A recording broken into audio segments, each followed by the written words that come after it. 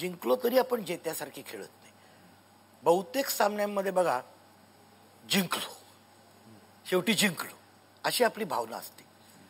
मोठी टीम बघा तुम्ही, ते मारत सुटतात, कापत सुटतात. ते जो दुबळा संघ असतो ना त्याला चिरडून टाकतात. पार्लमेंटमध्ये मी शेरच्या शायरी मी करायचो. म्हणजे पार्लमेंटमध्ये ताबडतोब एका मिनिटामध्ये मी माझी कविता मी होऊन जाऊन एखादी ऐकवाना आठवलेली. मी माझ्या हृदयामध्ये माझ्या भीमाला साठवले, म्हणून माझं नाव आहे रामदास आठवले.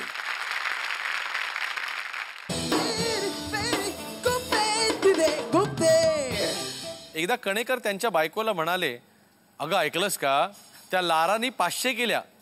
बायको काय म्हणाली माहितीये, त्यात काय एवढंसं, तिने 500 पुडाच्या वड्या केल्या तर एवढं कौतुक, आणि आम्ही भली मोठी बिर्याणी केली तरी काय नाही. हे आणि अशा प्रकारचे अनेक विनोद सांगायला आज आपल्याकडे गेस्ट म्हणून येणार आहेत विनोदवीर शिरीष कणेकर आणि त्यांच्याबरोबर मागासवर्गीयांचं आशास्थान रामदास आठवले.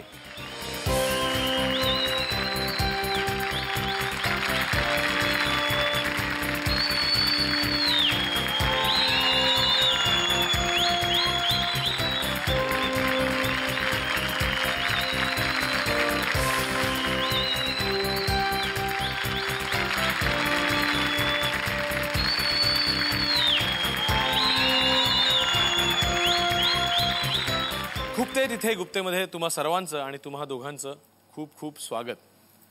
रामदास हे नाव ऐकल्यानंतर आपल्याला दासबोध आठवतो, तर ह्या रामदासजींचं काय खासियत आहे? माझ्या आईने माझं नाव का राम ठेवलं काय मला माहीत नाही, परंतु राम जो आहे हा राम इथल्या लोकांचा लोकप्रिय अशा पद्धतीचा म्हणजे तो देव आहे समजा, आणि मी मात्र देवावरती विश्वास न ठेवणारा अशा पद्धतीचा आहे.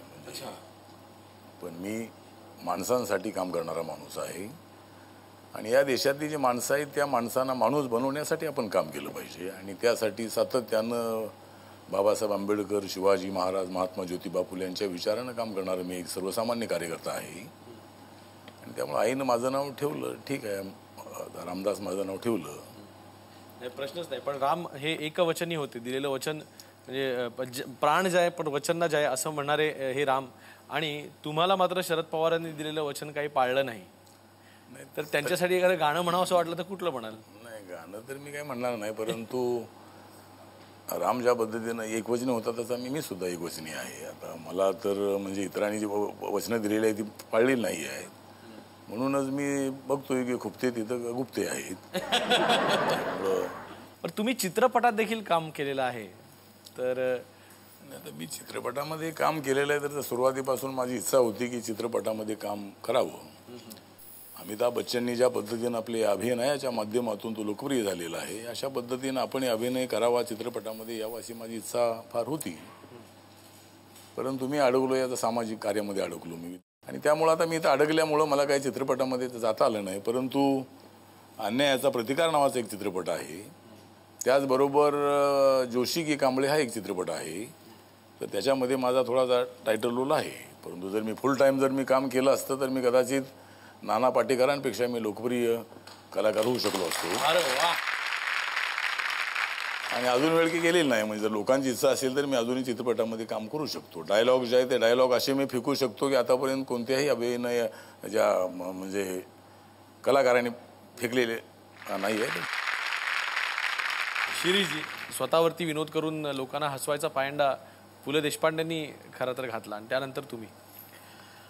हो, मला असं काही वाटत नाही. मी तटस्थपणे स्वतःकडे बघू शकतो. मी माझ्या एका पुस्तकात मी माहीमचा द्वाड पोरगा म्हणून स्वतःवर एक लेख लिहिलेला आहे. त्याच्यात एका ठिकाणी मी असं लिहिलंय की दुसऱ्याची करून टाकायला, बोली भाषेत सांगायचं तर मला काही वाटत नाही. म्हणजे तशी गरज असेल आणि तशी आतनं ओढ वाटत असेल आणि आपण योग्य मार्गावर त्याची खात्री असेल तर मला संकोच वाटत नाही. ती व्यक्ती लहान आहे, मोठी आहे, थोर आहे, मला काही देणं घेणं नाहीये. ज्या इश्यूवर आपण लिहितो तो बरोबर आहे की नाही एवढी एक गोष्ट मी फक्त बघतो. पण त्याच्यानंतर तो माणूस जर समोर आला तर मला कुठं बघावं कळत नाही. तर त्या लेखात मी असं लिहिलं होतं की एवढा जर बेडरपणा आहे लेखणीत एवढा निडरपणा जर आहे, मग समोर माणूस आल्यावर घाबरता कशासाठी? आणि समोर माणूस दिसल्यावर जर भीती वाटत असेल, शरम वाटत असेल, तर बेडरपणे एवढा लिहिण्याचा आविर्भाव तरी कशाला आणता? पण आहे हे कॉन्ट्रडिक्शन माझ्यात आहे, हे मी तटस्थपणे बघू शकतो स्वतःकडे. क्या बात आहे. पण मग तुम्ही ही करून टाकली जे सांगता, तसं तुम्ही एखाद्या राजकीय नेत्याची करून टाकली का कधी? आता यांच्याकडे बघितल्यावर मी त्यांच्या वाट्याला जाऊ शकेन राजकीय लोकांच्या, असं वाटतं का तुम्हाला? नाही, मी यांच्याबद्दल नाही विचारलं, इतर कोणाचं नेता नेता हो. नाही, आणि त्यातनं काय प्रॉब्लेम आहे माहितीये का, मला अलीकडे मार खायला नाही आवडत. सवय असते नाही. काही लोकांचं कसं असतं की 2-4 दिवस कानपाडीत नाही खाल्ली त्याला चैन नाही पडत. माझं असं नाहीये, माझा तो विषय नाहीये. मला कधीही राजकारणात रस वाटलेला नाहीये, कधीही. आणि ते म्हटलं की I am not interested in politics and all my other habits are also good. तसं आहे, राजकारण हा माझा प्रांत नाही. लिहिलंय मी, थोडंफार लिहिलंय, नाही असं नाही.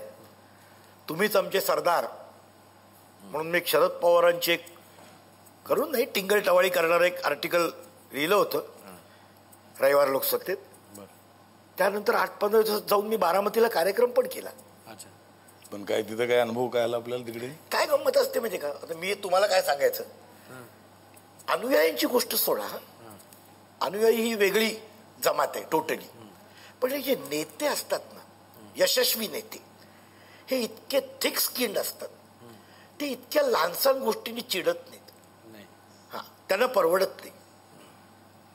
तुम्हाला लिहायचं लिहा, हाती चलताय कुत्ते भोगते, तुम्हाला जे करायचं ते करा, आम्ही जे करायचं ते योग्य करत असतो, अशी त्यांची भावना असते. त्यामुळे माझा बारामतीला कार्यक्रम ठरला म्हणून शरद पवारांनी किंवा त्यांच्यातर्फे कोणीतरी फोन करून तो कॅन्सल, या पातळीवर कधीही माणसं उतरत नाही. रामदासजी, कॉलेजमध्ये असतानाचे आवडते नेते कोणते होते तुमचे? आवडते नेते म्हणजे सगळ्यात आपण बघत होतो ते शरद पवार होते, त्यानंतर आता सोनिया गांधी तर आता अलीकडच्या नेते आहेत.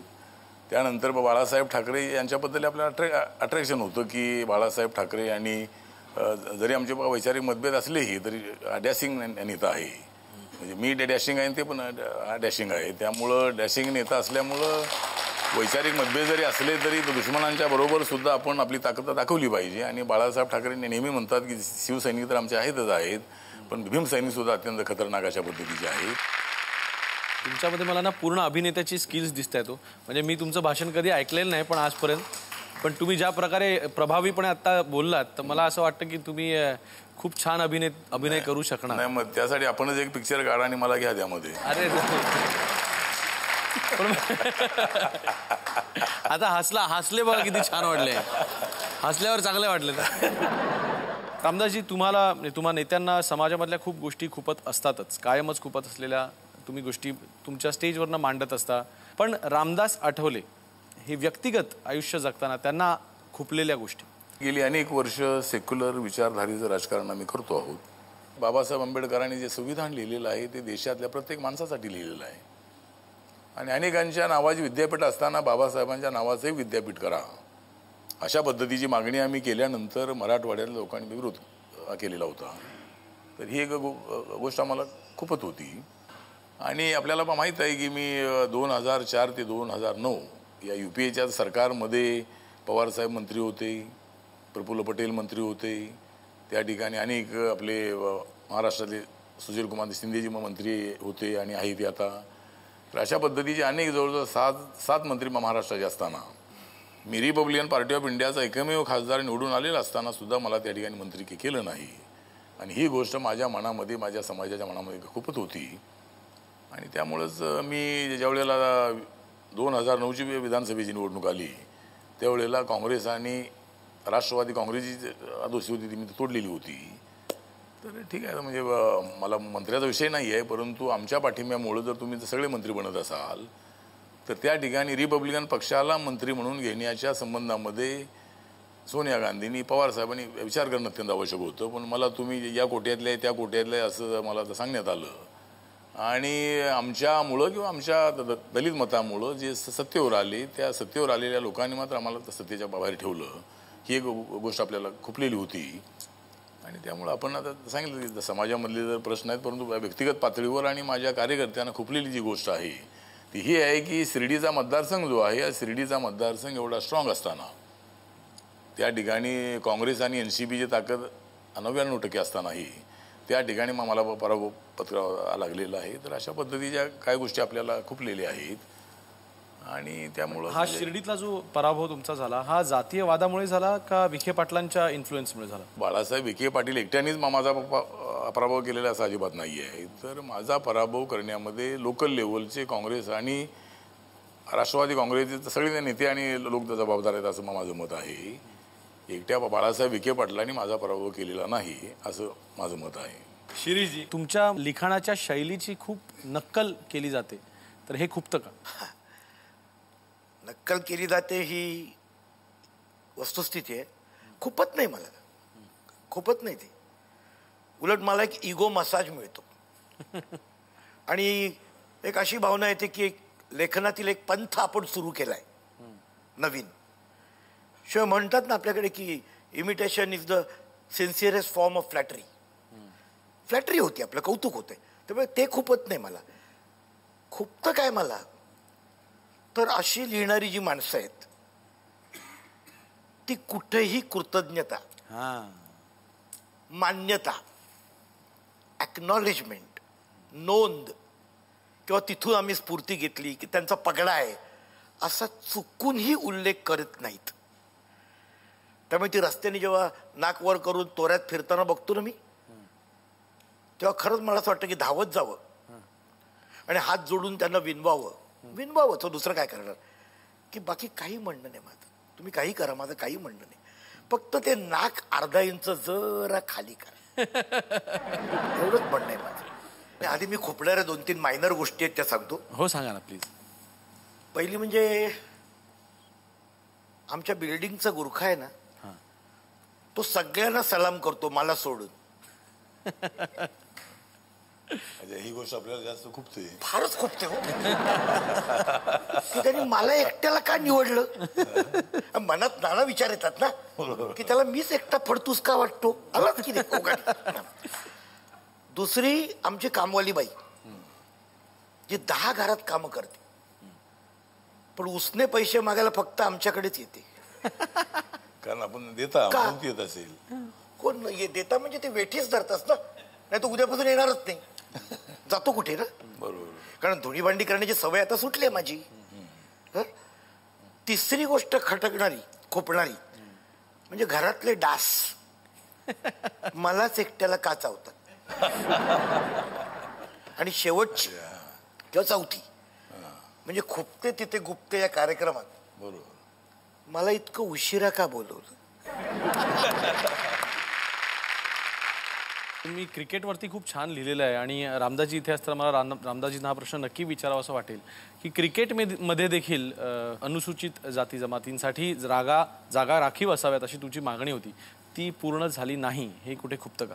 आरक्षण जर मान्य झालं असतं तर अजून आम्ही जास्त दावा काढले असत्या. म्हणजे एक तर आमचं म्हणणं असं आहे की आरक्षण म्हणजे समाजामधल्या विविध घटकांना संधी मिळाली पाहिजे आणि आमच्या छोट्या समाजातल्या लोकांना काही साधनं मिळत नाही आहे, त्यांना ग्राउंड नसतात. खेड्यापाड्यामधले सगळे अशा पद्धतीचे खेळाडू आहेत आणि मी क्रिकेटचा प्रेमी आहे. म्हणजे मी सुद्धा क्रिकेट खेळलेलो आहे आणि मी अनेक लोकांना आउट केलेलं आहे. मी म्हणजे आतापर्यंत अनेक लोकांना आउट केलेलं आहे आणि मी तर धावा काढल्या तर मी सेंचुरीशिवाय मी काढत नाही. मी हाफ सेंचुरी वगैरे अशा पद्धतीच्या धावा पण काढत नाही.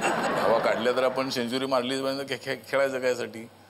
त्यामुळे क्रिकेटबद्दलही मला याला अट्रॅक्शन आहे की सचिन तेंडुलकर आहे, धोनी आहे, सहवाग आहे.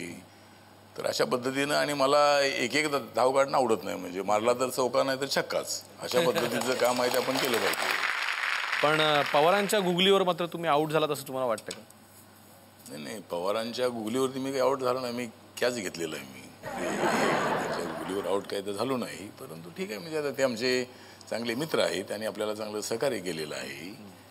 आणि पवार नसते तर कदाचित महाराष्ट्राच्या राजकारणामध्ये महाराष्ट्राच्या मंत्रिपदापर्यंत आपण पोचू शकलो नसतो. म्हणजे पवारसाहेबांची गुगली जी आहे ती पवारसाहेब तसे राजकारणामधले एक्सपर्ट बॉलर आहेत. ते म्हणजे कधी कोणत्या ठिकाणी बॉल टाकायचं त्यांना चांगलं माहीत आहे.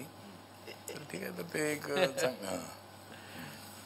शिरीषजी, सध्याचा जो वर्ल्ड कप चाललाय त्याच्यामध्ये म्हणजे आपली जी टीम गेलेली आहे, तुम्हाला खुपणाऱ्या गोष्टी आजच्या टीम मधल्या? आपण जेत्यासारखे खेळत नाही. म्हणजे जिंकलो तरी आपण जेत्यासारखे खेळत नाही. बहुतेक सामन्यांमध्ये बघा, जिंकलो, शेवटी जिंकलो अशी आपली भावना असते.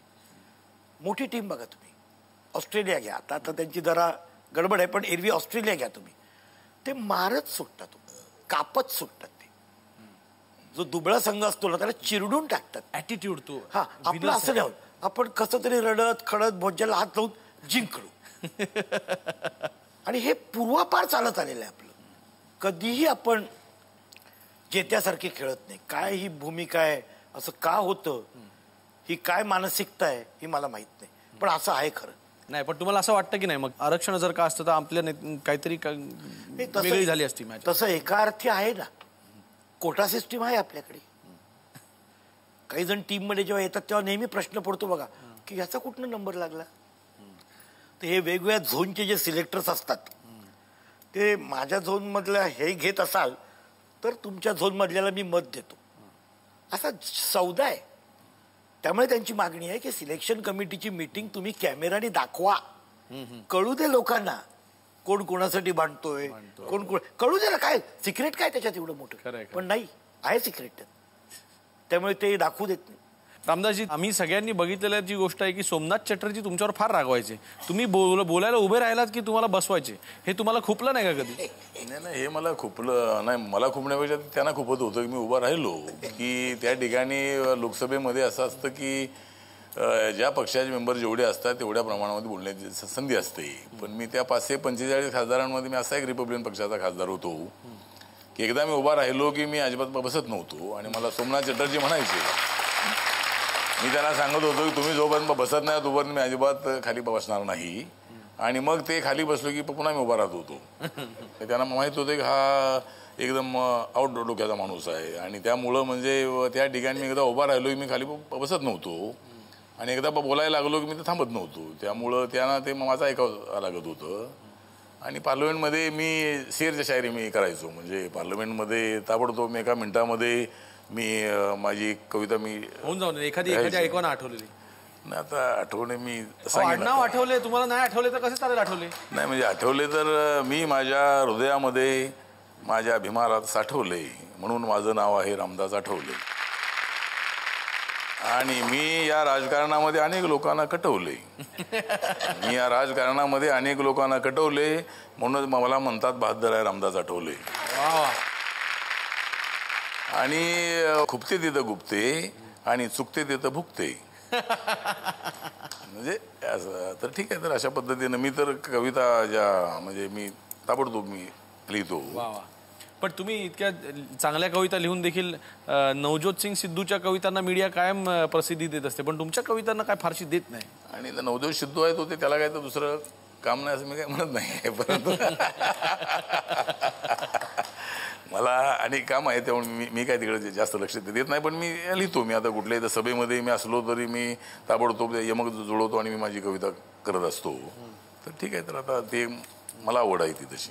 अजून एक गोष्ट म्हणजे आम्ही वर्तमानपत्रातनं खूप वाचली ती की बिग बॉसमध्ये राहुल महाजनला जाण्याची संधी मिळते पण रामदास आठवलेला मिळाली नाही.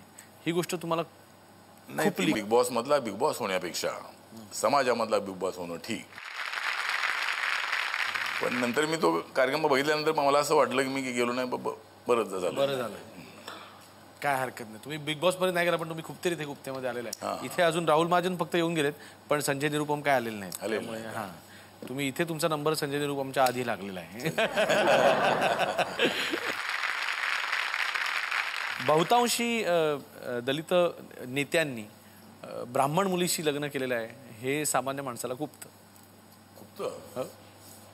नाही. खूपतं पण ते मला खूपच नाही आहे. म्हणजे माझी बायको ब्राह्मण समाजामधली आहे. आणि एकतर माझं स्वप्न असं होतं की म्हणजे छत्रपती शिवाजी महाराजांचा जो राज्याभिषेक आहे हा राज्याभिषेक करण्यासाठी महाराष्ट्रातल्या सगळ्या ब्राह्मणांनी विरोध केला. जय शिवाजी जय भवानीचा नारा देत देत या मराठी माणसाला न्याय देण्यासाठी सातत्यानं संघर्ष करणारे शिवाजी महाराज आणि त्या शिवाजी महाराजांचा राज्याभिषेक करण्यासाठी इथल्या ब्राह्मणांनी विरोध करावा. म्हणून मी मनामध्ये ठरवलं होतं की मी जर बायको केली तर ती काशीची बायको करेन, बनारसी बायको करेन आणि ब्राह्मण समाजाची बायको करेन. तर मग माझी बायको श्रीवास्तव समाजामधली आहे, ब्राह्मण समाजामधली आहे. तर आता आमच्या लोकांना काही खूपच नाही, कारण आमच्या लोकांचं म्हणणं असं आहे की आमच्या साहेबांनी फार चांगलं काम केलेलं आहे. आणि माझं म्हणणं असं आहे की सगळ्या दलित आणि ब्राह्मण मुलीशी लग्न करा, का तर ब्राह्मण मुली फार चांगले असतात.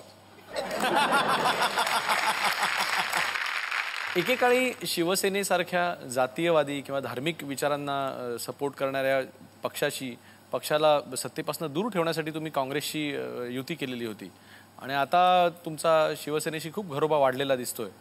तर हे लोकांना खूप अलीकडेच बाळासाहेब ठाकरे यांचा 23 जानेवारीला वाढदिवस होता आणि मी बांद्र्यामध्येच राहायला आलेलो आहे. त्यामुळं बाळासाहेबांच्याबद्दल जरी काही मतभेद असले तरी आपल्याला आठवत असेल की शरद पवारांच्या वाढदिवसाला लालकृष्ण अडवाणी येतात, अटल बिहारी वाजपेयी येतात, मी जातो, बाकीचे सगळे लोक येतात. गोपीनाथ मुंडेंचा वाढदिवस असेल तर त्या ठिकाणी छगन भुजबळ असतात, विलासराव देशमुख असतात, अनेक लोक असतात. म्हणून माझं मत असं होतं की जरी वैचारिक मतभेद असले तरी भारताचे नागरिक म्हणून आम्ही एक आहोत. अशा पद्धतीचा बंधुभाव राजकारणामध्ये सुद्धा जपणं अत्यंत आवश्यक आहे. आणि त्यामुळं बाळासाहेबांनी माझी सदिच्छा भेट होती. परंतु मी त्या ठिकाणी गेल्यानंतर बाळासाहेबांनी मला बिनधास्तपणे सांगितलं की रामदासजी, भीमशक्ती शिवशक्ती एकत्र आली पाहिजे आणि माझी अनेक वर्षांपासूनची इच्छा आहे आणि इच्छा माझी पुरी करा. इच्छा माझी पुरी करा असं बोलल्यानंतर मी त्यांना म्हणालो की तुमची इच्छा मला पूर्ण करायची असेल तर मला इच्छा माझी पुरी करा हे नाटक बघावं लागेल. मी अगोदर बघून येतो आणि इच्छा माझी पुरी करा. म्हणजे त्यांचं म्हणणं असं आहे की जर या दोन शक्ती एकत्र आल्या तर महाराष्ट्राच्या विधानसभेवर निळा आणि भगवा फडकल्याशिवाय राहणार नाही. तर अशा पद्धतीची भूमिका मांडली आणि ते बोलता बोलता असं म्हणाले की